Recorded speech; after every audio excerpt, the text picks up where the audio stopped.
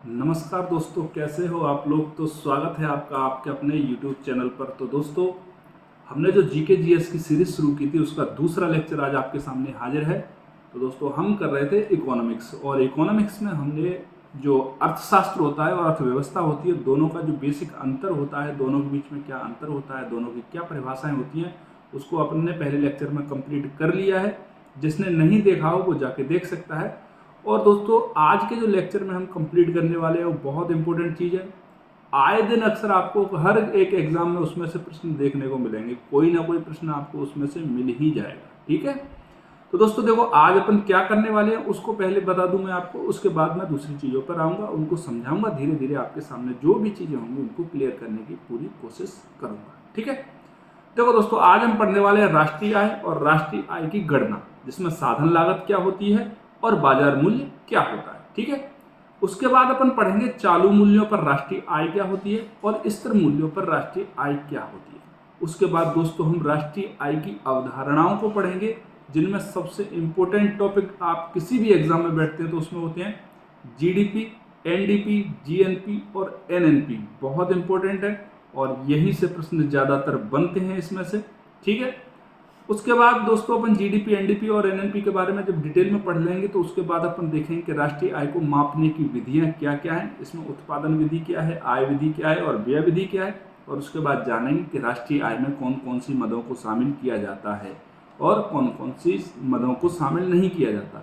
कई बार आपको ऐसा लगेगा कि यार ये चीज़ तो राष्ट्रीय आय में शामिल होनी चाहिए, लेकिन गवर्नमेंट ने उसको शामिल नहीं कर रखा। और कई बार आपको लगेगी कि यार ये चीज़ तो कभी नहीं हो सकती शामिल, उसको शामिल कर रखा है, तो आपको बता देंगे और आप देख लेना। ठीक है, उसके बाद दोस्तों अपन प्रति व्यक्ति आय को देखेंगे, प्रति व्यक्ति आय क्या होती है। उसके बाद हम पढ़ेंगे आर्थिक समृद्धि और आर्थिक विकास, इन दोनों में अंतर, और आज का लेक्चर इसी के साथ करेंगे अपन खत्म। ठीक है, तो चलते हैं पहले पेज पर और वहां से शुरुआत करते हैं। देखो दोस्तों, हम यहाँ पर देखने वाले हैं आज राष्ट्रीय आय के बारे में। किसके बारे में? राष्ट्रीय आय के बारे में। चलो एक पेन ले लेते, बढ़िया था, खूबसूरत सा, चलो ले लिया। राष्ट्रीय आय, ठीक। राष्ट्रीय आय से मतलब क्या है दोस्तों? मान लो मित्रों, ये आपका एक घर है। ठीक है, क्या है ये? घर है। इसके अंदर आप 5 लोग रहते हो। कितने लोग रहते हो? 5 लोग। ठीक है, अब ये सारे लोग कहीं ना कहीं सेवा देते होंगे अपनी। सेवा का मतलब है आपकी नौकरी करते होंगे। ठीक है, या करते होंगे क्या? अपना खुद का उत्पादन। भाई तीसरा कोई तरीका नहीं है, फिर हेरा फेरी रह जाती है। इसके अलावा तीसरा कोई तरीका है नहीं जिसके द्वारा आप आय क्रिएट कर सको, इनकम क्रिएट कर सको। और फिर हेरा फेरी 2 नंबर के, 6 नंबर के, 10 नंबर के, 20 नंबर के काम करते हो भैया, तो मुझे नहीं पता, लेकिन अपन यहाँ पर लेकर चलेंगे कि या तो लोग उत्पादन करते हैं और या फिर क्या करते हैं? नौकरी करते हैं, सर्विस करते हैं। ठीक है, तो दोस्तों एक वर्ष बाद ये सारे लोग मिलकर मान लो 100 रुपए कमाते हैं। कितने? 100 रुपए। तो आपके घर की जो राष्ट्रीय आय है या आपके घर की जो आय है वो कितनी हो गई? 100 रुपए। मतलब ये दोस्तों कि किसी भी अर्थव्यवस्था में एक वर्ष में, कौन से एक वर्ष में, वो आपके सामने अभी आ जाएगा, क्लियर हो जाएगा, थोड़ी सी तसल्ली रखें। ठीक है, उत्पादित अंतिम वस्तुओं का अर्थ होता है बेटा, उसके बाद आप उपभोग करोगे उस वस्तु का, वो आगे नहीं जाएगी। अंतिम वस्तु सबसे ज्यादा टेंशन वाला टॉपिक है। देखो कैसे, आपने गेहूं खरीदे, गेहूं का आटा बनाया, आटे की रोटी बना के आप खा गए, तो आपके लिए जो आटा है वो अंतिम उत्पाद है। लेकिन यही आटा यदि कोई ब्रेड वाली कंपनी खरीदती है तो पहले ब्रेड बनाएगी, मार्केट में आएगा, फिर आप मार्केट में ब्रेड को खाओगे, तो फिर अंतिम जो उत्पाद है वो ब्रेड होगा, वो आटा नहीं होगा। इसलिए अंतिम वस्तुओं का मतलब है दोस्तों कि इसके बाद और कोई छेड़छाड़ नहीं हो। ठीक है, आप यहां पर इसको कंज्यूम कर लो और ये क्या हो जाए? खत्म हो जाए। ठीक, तो दोस्तों उम्मीद करता हूं कि आपकी समझ में आ रहा होगा। अंतिम वस्तुओं की जो बात मैंने बताई है वो आपकी समझ में आई होगी कि अंतिम वस्तुएं क्या होती हैं। ठीक है दोस्तों, भारत के अंदर जो नेशनल इनकम है दोस्तों, उसका आकलन किया जाता है राष्ट्रीय सांख्यिकी कार्यालय जिसको बोलते हैं NSO, उसके द्वारा किया जाता है। ठीक है, ये किस मंत्रालय के अंतर्गत आता है? तो सांख्यिकी एवं कार्यक्रम कार्यान्वयन मंत्रालय के अंतर्गत आता है। और भारत में वित्तीय वर्ष जो है वो 1 अप्रैल से 31 मार्च तक चलता है। कब से कब तक? 1 अप्रैल से 31 मार्च तक। तो ये जो एक वर्ष है वो ये वाला एक वर्ष है। 1 अप्रैल से 31 मार्च के बीच में उत्पादित अंतिम वस्तु का मतलब ये है कि उसके बाद उसका कंजप्शन हो जाएगा, उसके बाद उसका किसी दूसरे उद्योग के लिए कच्चे माल की तरह उसका इस्तेमाल नहीं होगा। ठीक है दोस्तों। और सेवाओं को तो आप जानते ही, आप जहाँ भी नौकरी करते हैं, सर्विस करते हैं, सेवा करते हैं, सर्विस हमेशा ही अंतिम होती है। ठीक है, क्योंकि आप वहाँ नौकरी करने के बाद ऐसा नहीं है कि वो आप जो सर्विस दे के आए हो उसका दूसरी सर्विस में कच्चे माल की तरह इस्तेमाल कर ले, ये संभव नहीं है। ठीक है, उसका मौद्रिक मूल्य जो होता है 1 वर्ष का, वो क्या होता है? राष्ट्रीय आय होती है। तो दोस्तों यहाँ पर अपन राष्ट्रीय सांख्यिकी कार्यालय के बारे में थोड़ा सा जान लेते हैं। तो किस मंत्रालय के अधीन आता है? ये आपने देख लिया, सांख्यिकी एवं कार्यक्रम कार्यान्वयन मंत्रालय। देखो मेरे मित्रों, क्या है, 2019 से पहले 2 कार्यालय अलग अलग हुआ करते थे। एक था राष्ट्रीय प्रतिदर्श सर्वेक्षण कार्यालय और एक था आपका केंद्रीय सांख्यिकी कार्यालय। इसको बोलते थे अपन NSSO और इसको बोलते थे अपन CSO। ठीक है, 2019 में क्या हुआ, इन दोनों ही कार्यालयों को मिक्स करके क्या बना दिया गया? NSO, एक नया ऑफिस, एक नया कार्यालय बना दिया गया। और अब जो NSO के ऊपर है जिम्मेदारी, जो भारत के अंदर राष्ट्रीय आय की गणना की, आकलन की और प्रकाशन की जिम्मेदारी है, वो किसको दे दी गई है? तो दोस्तों वो है आपके NSO के पास। ठीक है, अब आपकी समझ में आ गया होगा कि NSO क्या है। तो स्थापना हुई NSO की 2019 में, किन 2 संस्थाओं को मिलाने के बाद? तो NSSO और CSO को मिलाने के बाद किस मंत्रालय के अधीन काम करता है? तो राष्ट्रीय जो सांख्यिकी एवं कार्यक्रम कार्यान्वयन मंत्रालय, उसके अधीन कार्य करता है। और क्या काम करता है? तो नेशनल इनकम के आकलन और प्रकाशन करता है। नेशनल इनकम की क्या करता है? आकलन करता है। नेशनल इनकम की गणना करता है कि भाई हमारे देश की जो नेशनल इनकम है वो कितनी है, फिर इसके आंकड़ों का क्या कर देता है? प्रकाशन कर देता है। ठीक है, अब चलते हैं मेरे मित्रों राष्ट्रीय आय की गणना पर, कि हम राष्ट्रीय आय की गणना करते कैसे हैं, क्या करते हैं राष्ट्रीय आय की गणना, किन चीजों को आधार बनाते हैं राष्ट्रीय आय की गणना में। तो पहले मैं ये साफ कर देता हूँ, उसके बाद मैं आपको समझाता हूँ कि राष्ट्रीय आय की गणना में, क्योंकि स्पेस थोड़ा सा कम मेरी गलतियों की वजह से ये मैंने इतना इसको क्लोजली टाइप कर दिया, कोई बात नहीं है दोस्तों। चलो देखो दोस्तों, अब राष्ट्रीय आय की जो गणना है उसको देख लेते हैं कि राष्ट्रीय आय की गणना कैसे की जाती है। तो देखो दोस्तों, राष्ट्रीय आय की गणना की जाती है या तो साधन लागत पर या बाजार मूल्यों पर। भाई एक चीज है, मान लो मैंने आपसे पूछा आपके घर के अंदर कितने, जो आपके घर के अंदर जो भी वस्तु है उनका मूल्य कितना है, उनकी वैल्यू कितनी है। तो आपने मेरे से कहा सर एक फ्रिज 10 रुपये का, एक सोफा 10 रुपये का, और एक दूसरी कोई चीज़ ले लेते हैं, मान लो अदर्स चीज़ें हैं, वो सारी मिला के 10 रुपये की, ये टोटल मिला के 30 रुपये की। आपको कैसे पता चला ये 30 रुपये की? अब ये मत कहते ना सर मामा जी बोल के गए थे इसलिए मुझे पता है। भाई 30 रुपये की है क्योंकि या तो आपने इसको खरीदा है, या तो आपने इसको बाजार से खरीदा है 30 रुपये में, या जब आप बेचने गए तो ये 30 रुपये की बिकी, या फिर आपने खुद घर पर बनाया, इसको बनाया और बनाने में जो भी आपने साजो सामान लगाया, जो भी सामान लगाया उसकी कीमत आई 30 रुपये, जब भी तो इस सामान की कीमत 30 रुपये हुई। तो देखो दोस्तों, खरीदा बेचा ये दोनों कहां पर जाते हैं? मार्केट के अंदर। तो मार्केट प्राइस जिसको बोलते हैं बाजार मूल्य, और जो साजो सामान आपने खरीदा और घर पे ही बनाया इसको, उसको बोलते हैं अपन साधन लागत। क्या क्या साधनों का इस्तेमाल हुआ इसके अंतर्गत। तो दोस्तों राष्ट्रीय आय की गणना या किसी भी आय की गणना, आपकी आय, मेरी आय, राष्ट्र की आय, घर की आय, संस्थान की आय, 2 ही चीजों के आधार पर की जाती है। वो की जाती है साधन लागत पर और एक की जाती है बाजार मूल्य पर। तो साधन लागत और बाजार मूल्य को समझना बहुत जरूरी है और बहुत इंपॉर्टेंट है। ठीक है दोस्तों, इसलिए अपन बाजार लागत और साधन, जो बाजार मूल्य और साधन लागत है उसको समझ लेते हैं थोड़ा सा।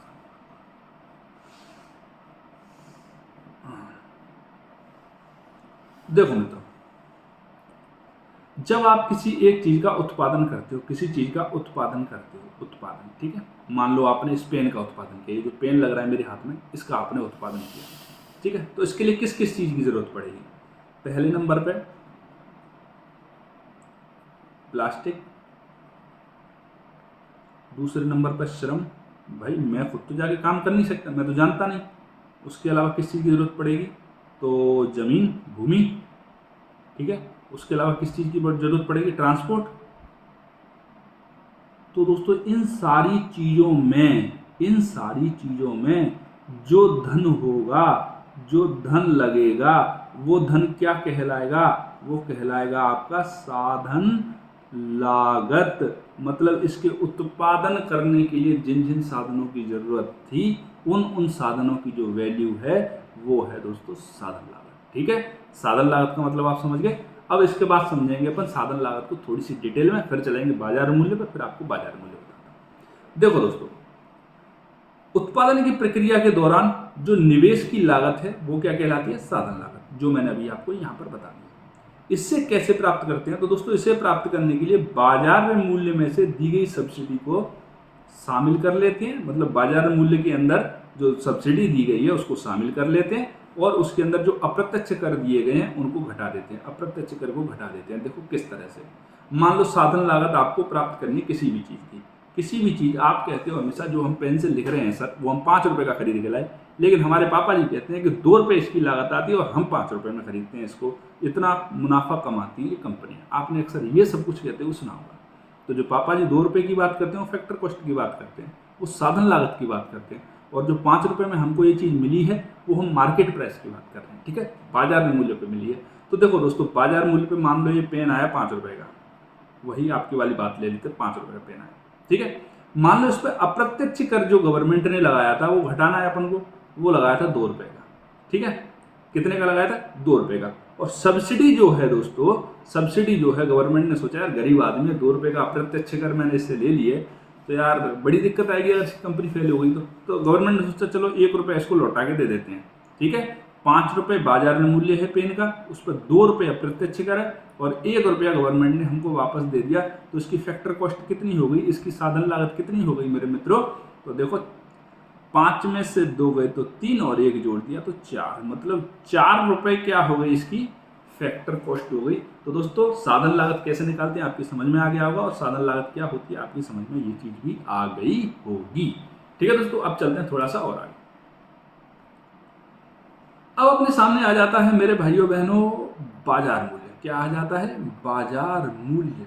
ठीक है, मतलब बाजार में जो आपको 5 रुपये का पेन प्राप्त हुआ है, सारा कुछ होने के बाद जो 5 रुपये का पेन आपने जो खरीदा है, जो उपभोक्ता जो चीज़ खरीदता है, उपभोक्ता जो चीज़ खरीदता है वो जो लागत होती है उसी को क्या बोलते हैं? बाजार मूल्य। बाजार से जिस मूल्य पर आपने कोई भी वस्तु खरीदी है वो उसका बाजार मूल्य। ठीक है, ये क्या है दोस्तों? देखो बाजार मूल्य क्या है? तो वह मूल्य जो कि एक परिसंपत्ति बाजार में प्राप्त करती है, कोई भी परिसंपत्ति हो, पेन हो, कॉपी हो, जूते हो, जो भी आप यूज करते हो बाजार के अंदर, बुलेट खरीदी हो आपने तो जो भी है वो बाजार मूल्य होता है जो आप खरीद के लाते हो शोरूम से। ठीक है दोस्तों, देखो दोस्तों इसको कैसे प्राप्त किया जाता है?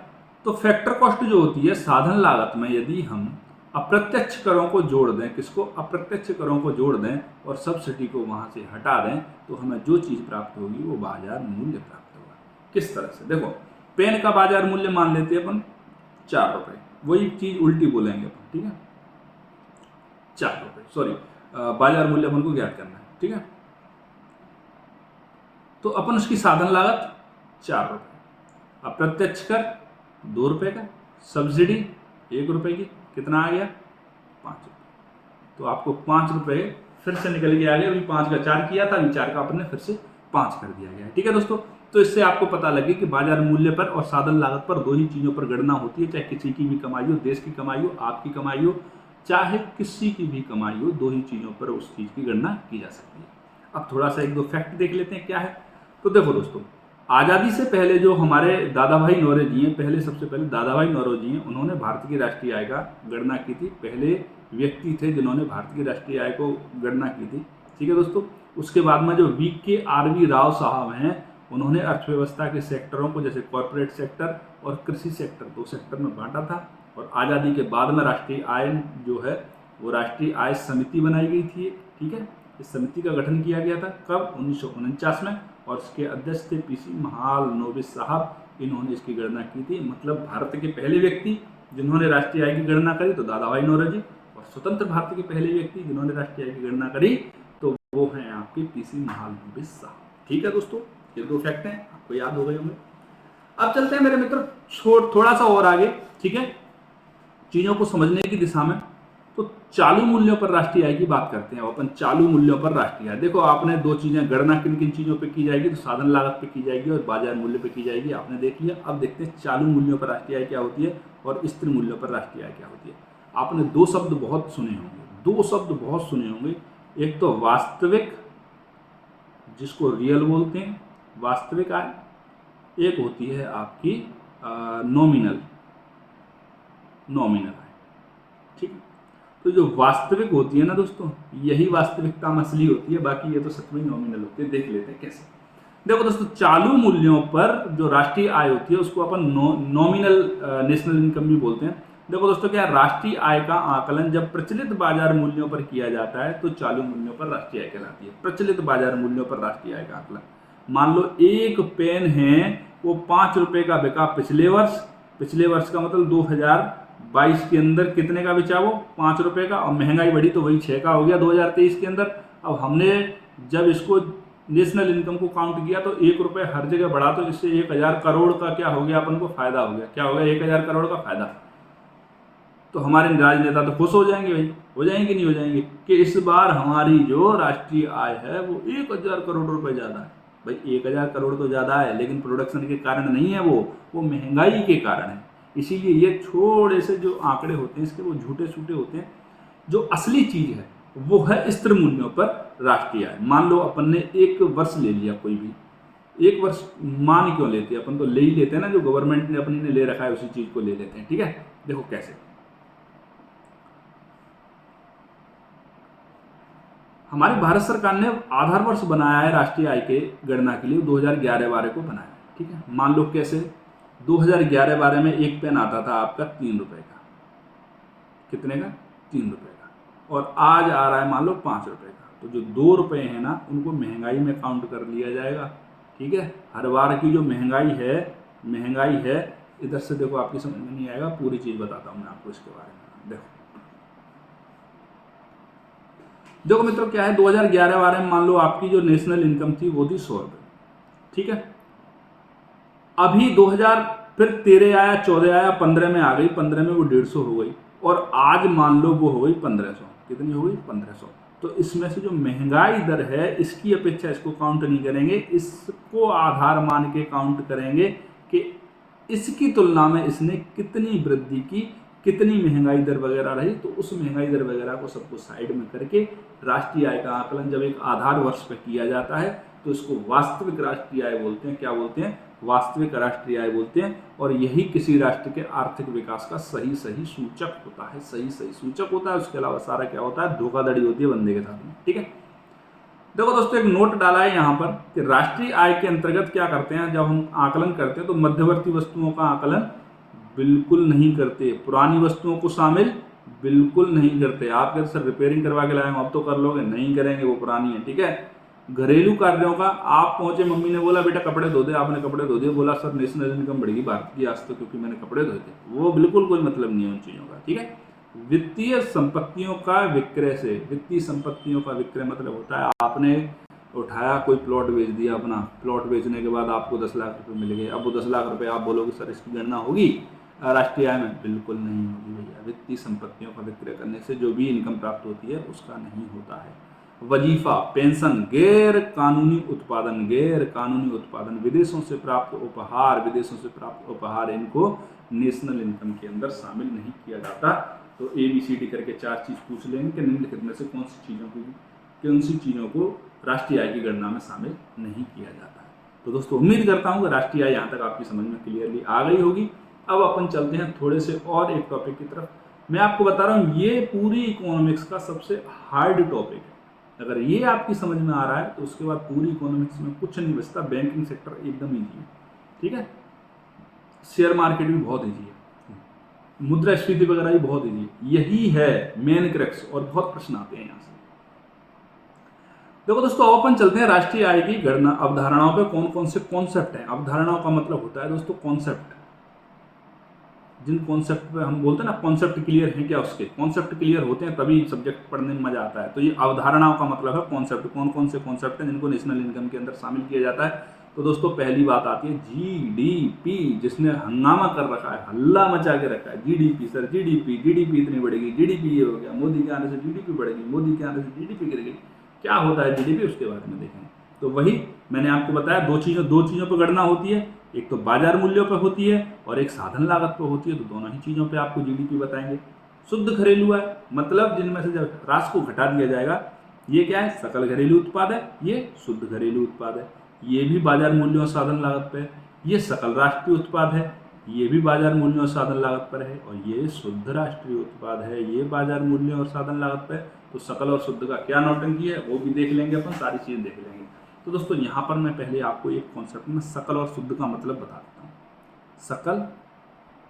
सकल का मतलब होता है संपूर्ण, ठीक है। संपूर्ण का अर्थ होता है, इसमें मान लो अपन ने किसी चीज़ का उत्पादन किया, एक पेन को अपन ने उत्पादन बनाया। आप बोलोगे सर पेन क्यों, क्योंकि पेन आपके आसपास रहता है। एक पेन को बनाने में आपने 5 रुपये का एक पेन बनाया, एक पेन ने आपकी जीडीपी को 5% बढ़ा दिया, जीडीपी 5% बढ़ा दी। लेकिन ये क्या है, सकल है, ये संपूर्ण है। क्योंकि देखो दोस्तों, इसको बनाने में मशीनों में घिसावट आई होगी, मजदूर के किसी के चोट वोट भी लगी होगी, जो आपने इलाज कराया होगा वो पैसा गया, कोई हादसा हो गया होगा, टूट फूट बहुत बड़ी हो गई होगी, उसकी रिपेयरिंग का जो पैसा था वो गया। तो इन सारी चीज़ों को जब इन 5 रुपये में से घटा देंगे तब आपको पता लगेगा भाई कि शुद्ध चीज़ क्या है। तो मतलब ये है कि सकल में से जब ह्रास को घटा दिया जाएगा, सकल में से जब ह्रास को घटा दिया जाएगा, ये माइनस का चिन्ह है यार, ठीक है। ह्रास को घटा दिया जाएगा, जब जो प्राप्त होगा वो होगा शुद्ध। सकल में से जब ह्रास को घटाया जाता है तो जो प्राप्त होता है उसको बोलते हैं शुद्ध। तो सकल और शुद्ध का मतलब आपकी समझ में यहाँ पर आ गया होगा। अब चलते हैं सीधे अवधारणाओं पर। तो दोस्तों सबसे पहले अपन देख लेते हैं जीडीपी को ही। भाई इसी ने सबसे ज़्यादा डांट पड़वाई होगी आपको, सबसे ज़्यादा हल्ला यही मचाता है, जीडीपी।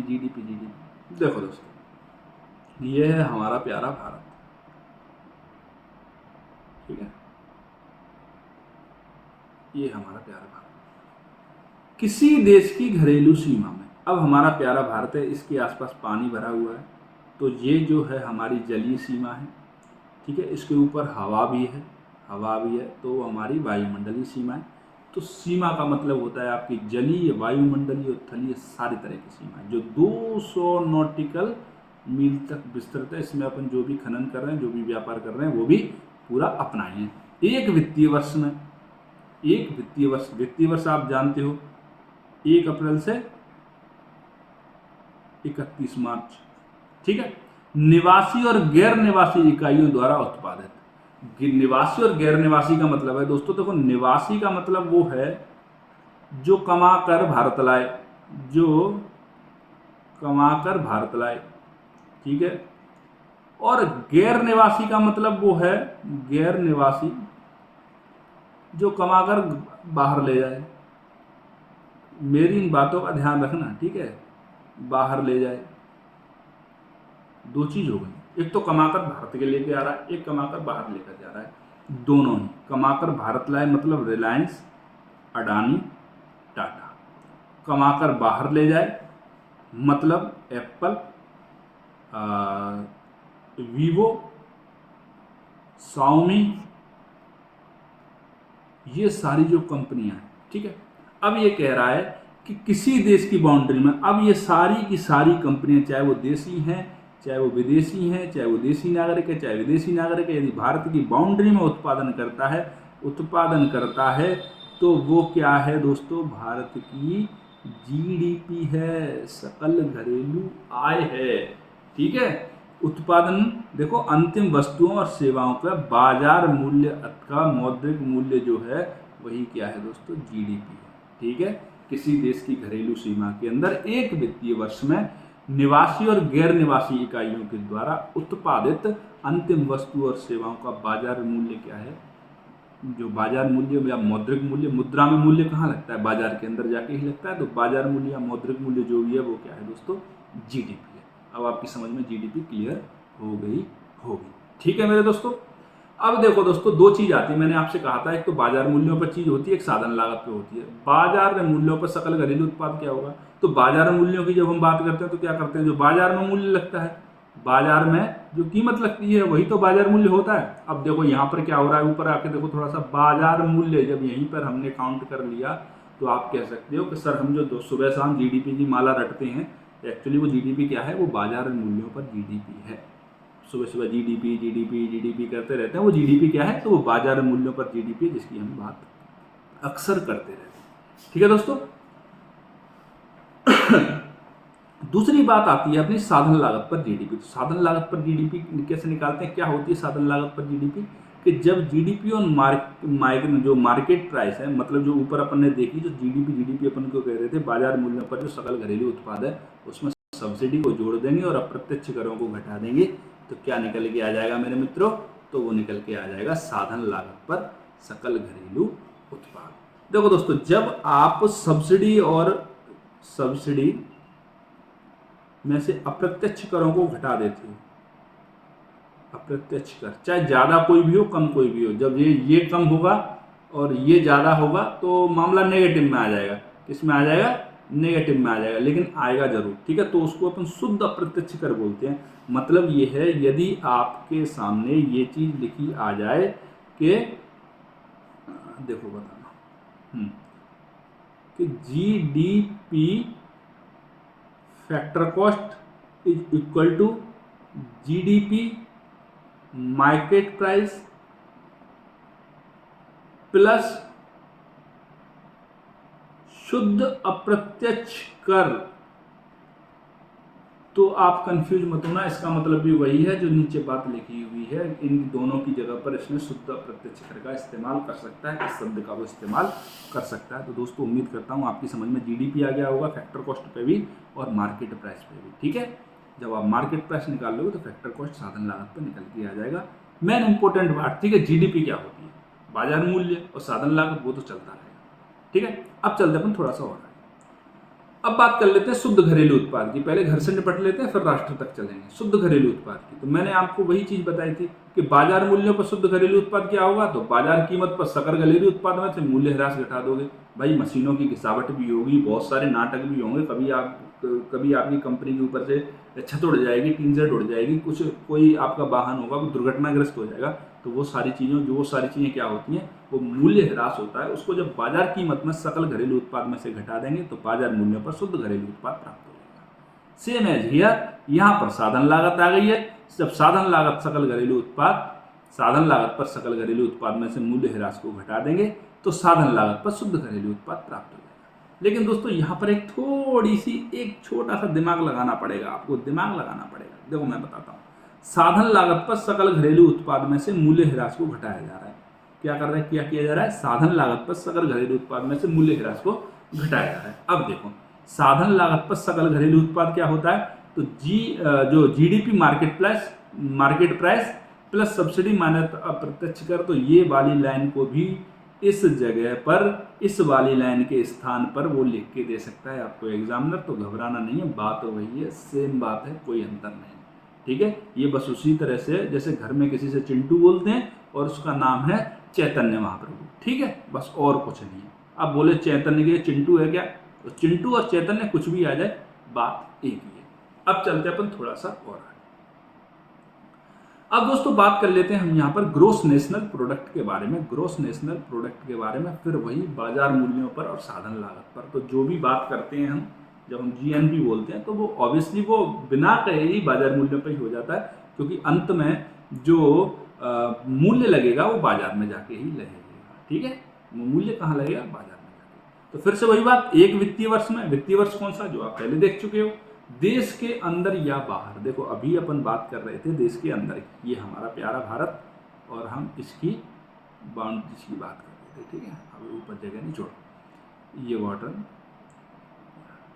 ठीक, देश के अंदर या बाहर, बाकी ये पूरी दुनिया है। ठीक है, यूरोप वगैरह ऊपर, ये बाकी पूरी दुनिया, अपन यहाँ देख लिया, अफ्रीका वगैरह पहुँच गए, ये पूरी दुनिया। ठीक है, देश के अंदर या बाहर, देश के केवल निवासियों द्वारा, केवल निवासियों का अर्थ है मेरे मित्रों चाहे तो वो कंपनी हो, चाहे मतलब संस्थान हो या व्यक्ति हो, जो कमाकर कहाँ लेकर आए, हमारे प्यारे भारत के अंदर लेकर आए। ठीक है। अब देखो दोस्तों, जब भारत के अंदर कमा करके अपने लोग कमा के अरब से और कहीं से भारत के अंदर ला रहे हैं, तो भारत में भी जो अरब के रहते होंगे वो भी लेके जाएंगे। ठीक है। तो इसमें क्या करेंगे अपन कि विदेशियों के द्वारा जो हमारे देश में अर्जित आय है उसको शामिल नहीं करेंगे, जबकि हमारे देश के लोग जो विदेशों में गए हैं कमाने के लिए, और वो जितना कमाएंगे हम उसको उसके अंदर ऐड कर लेंगे, तो बाजार मूल्य पर हमें सकल राष्ट्रीय उत्पाद प्राप्त हो जाएगा। देखो, बाजार मूल्य पर सकल राष्ट्रीय उत्पाद क्या है, एक बार फिर से देखो, एक वित्तीय वर्ष में एक देश के अंदर या बाहर, एक देश के अंदर या बाहर, मतलब हमारे देश के जो भारत के लोग हैं वो विश्व में कहीं पे भी रह रहे हैं, वहां से 1 रुपया कमा के भी भारत के अंदर लेकर आ रहे हैं, तो भारत की वो सकल राष्ट्रीय आय के अंदर जुड़ रहा है। और भारत के अंदर जितने भी विदेशी रहते हैं, चाहे वो पाकिस्तानी कलाकार थे जो हमारे यहाँ से कमाते थे और पाकिस्तान ले जाते थे, तो हमारी राष्ट्रीय आय के अंदर वो चीज़ नहीं जुड़ रही है। ठीक है मेरे मित्रों, इतनी सी चीज़ है, छोटी सी चीज़ है, बात याद रखना।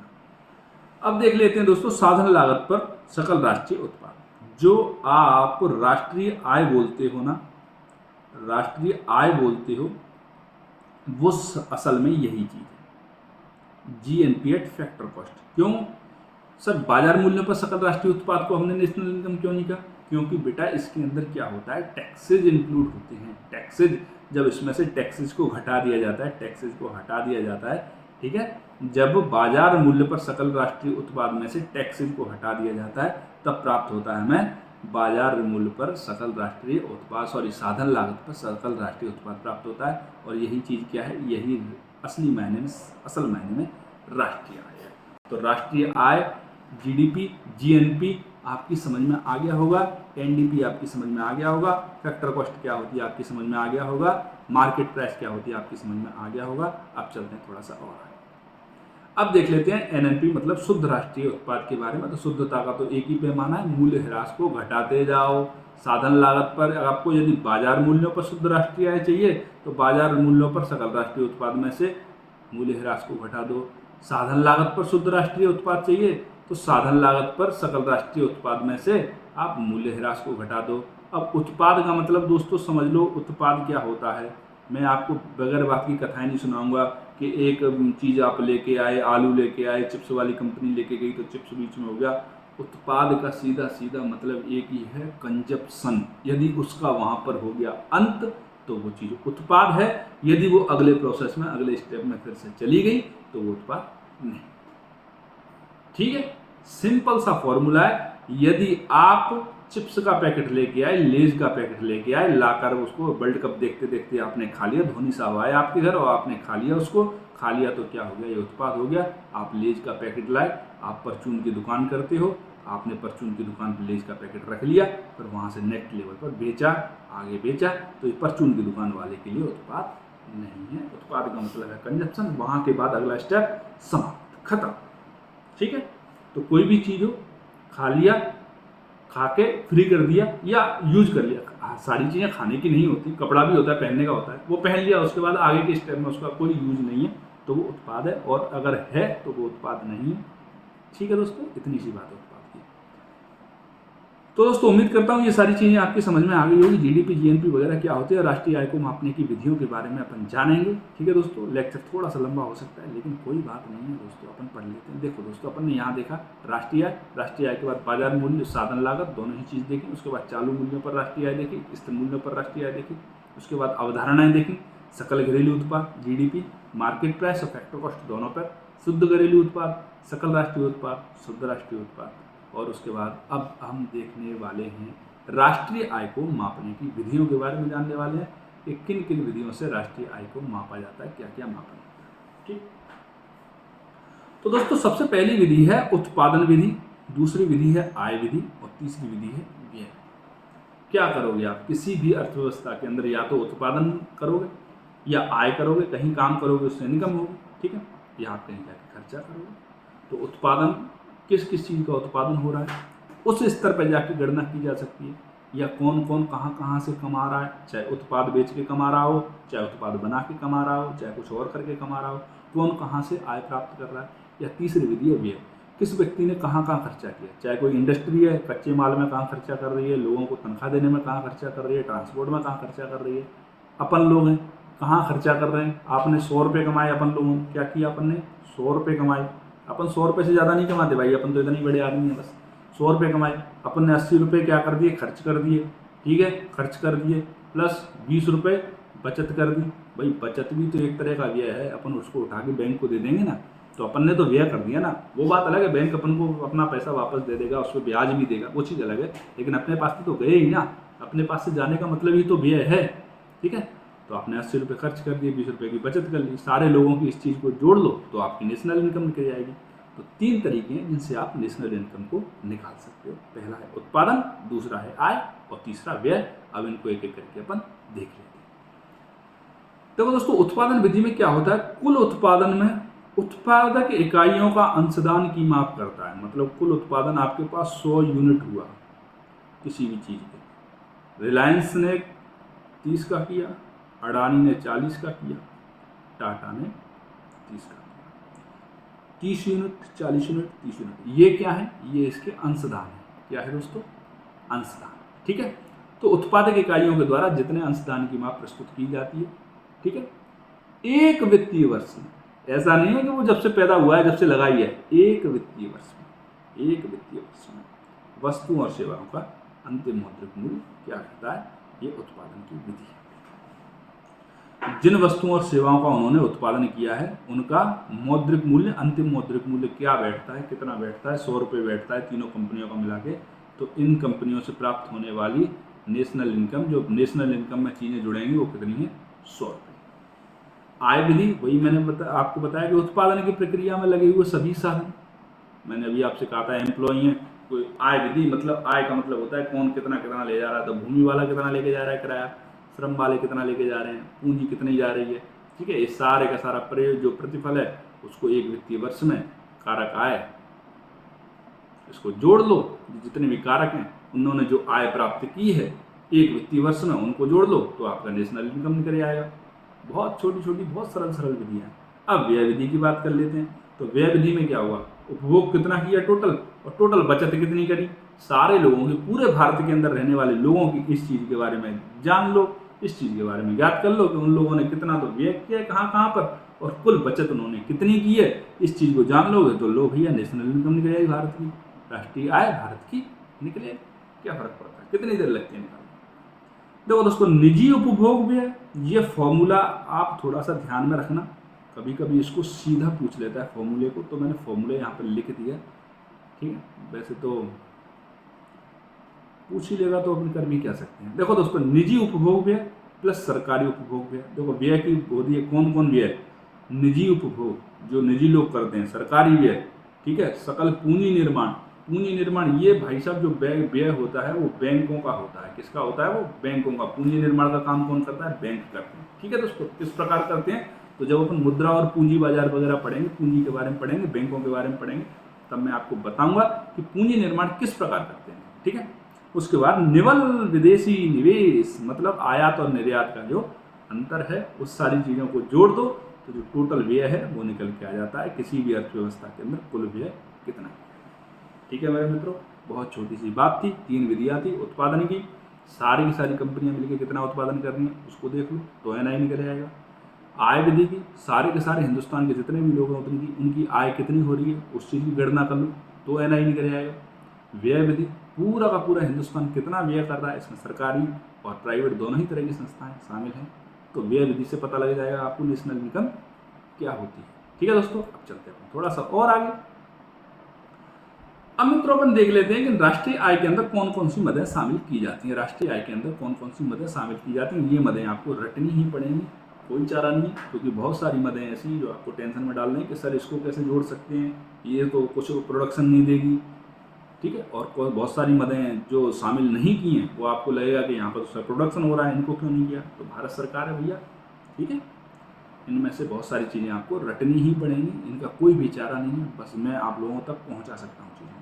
तो वस्तुओं और सेवाओं का अंतिम मौद्रिक मूल्य, वस्तुओं और सेवाओं को राष्ट्रीय आय में शामिल करते हैं, ठीक है। गणना वर्ष में उत्पादित लेकिन उस वित्तीय वर्ष में न बिक सका स्टॉक, ठीक है दोस्तों। मकान का किराया, ब्रोकर,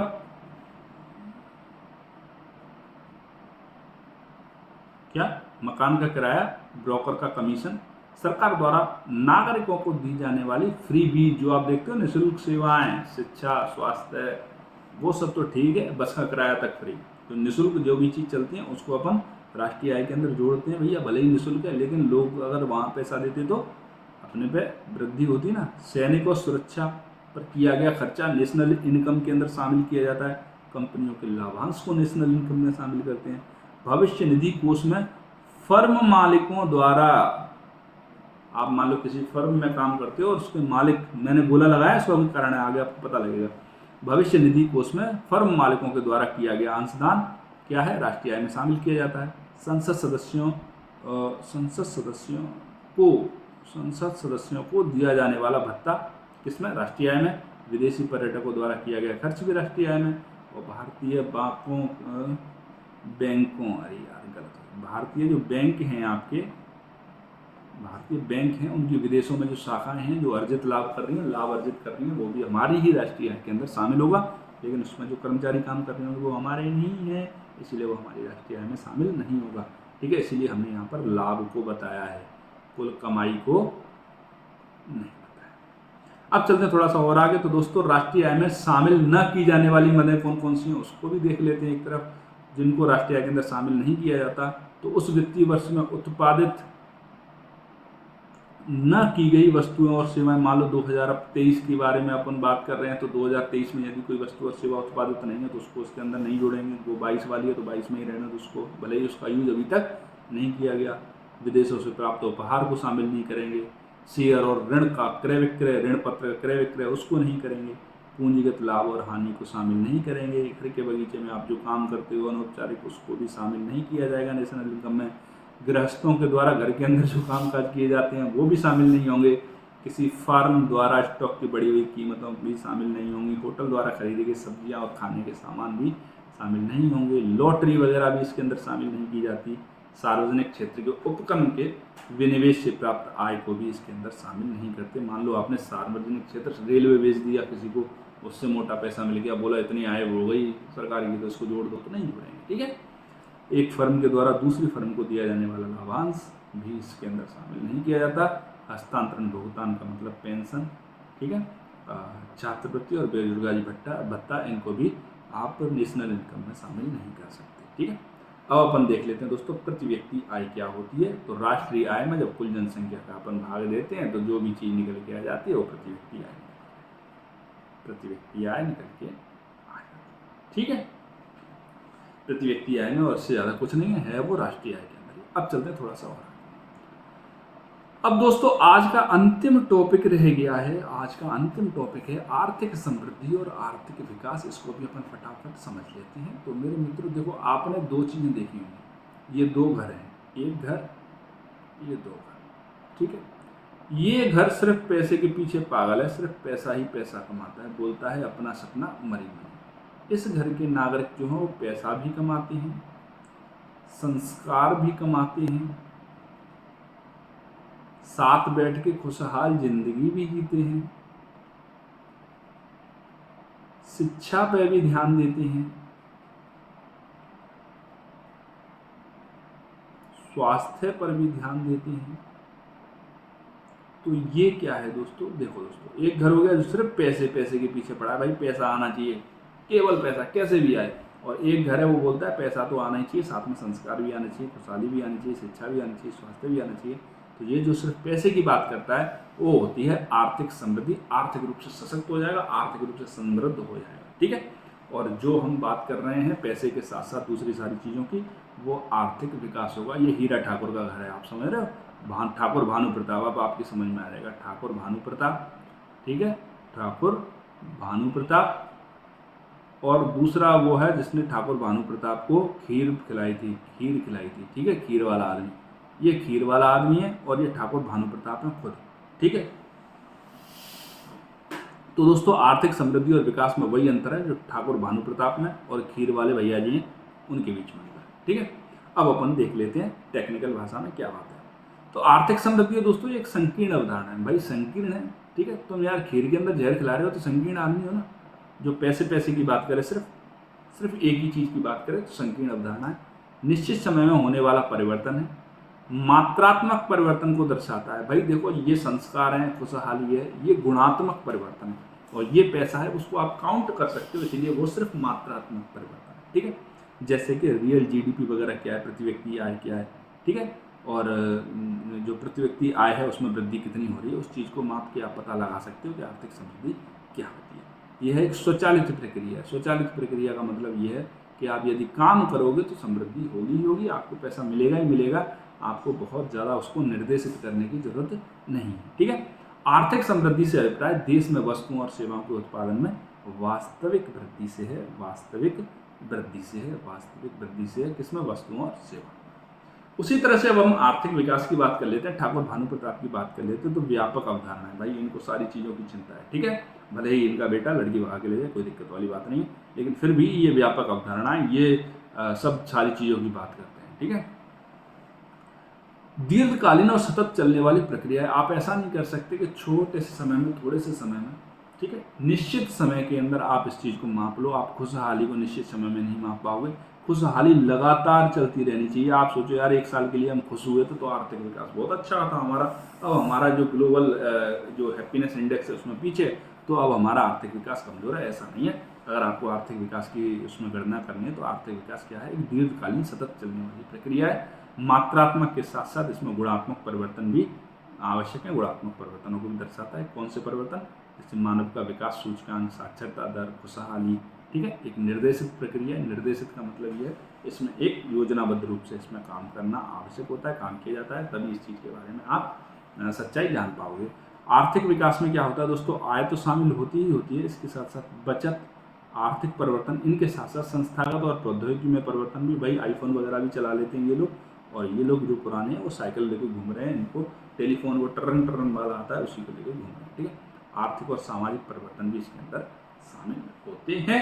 तो मेरे मित्रों, आज का जो लेक्चर है वो अपना खत्म होता है यहीं पर। उम्मीद करता हूँ आपकी समझ में सारी चीजें आ गई होंगी। दोबारा देख लेते हैं अपने आज के लेक्चर में क्या क्या पढ़ा। तो राष्ट्रीय आय, राष्ट्रीय आय की गणना, चालू मूल्यों पर राष्ट्रीय आय, स्थिर मूल्यों पर राष्ट्रीय आय, राष्ट्रीय आय की अवधारणाएं पढ़ी अपने, और उसके बाद अपने देखा राष्ट्रीय आय को मापने की विधियां कौन कौन सी हैं, राष्ट्रीय आय में शामिल की जाने वाली मदें कौन कौन सी हैं, राष्ट्रीय आय में शामिल नहीं किए जाने वाली मदें कौन कौन सी हैं, प्रति व्यक्ति आय क्या होती है, आर्थिक समृद्धि और आर्थिक विकास क्या होता है। मतलब आज का जो लेक्चर है वो कंप्लीट पैकेज है आपकी एग्जाम की दृष्टि से। तो मेरे मित्रों, इसी तरह से संपूर्ण जीके जीएस हमारे साथ करने के लिए चैनल को लाइक, शेयर और सब्सक्राइब करें। अब मिलते हैं आपसे अगले लेक्चर में, तब तक के लिए जय हिंद, जय भारत।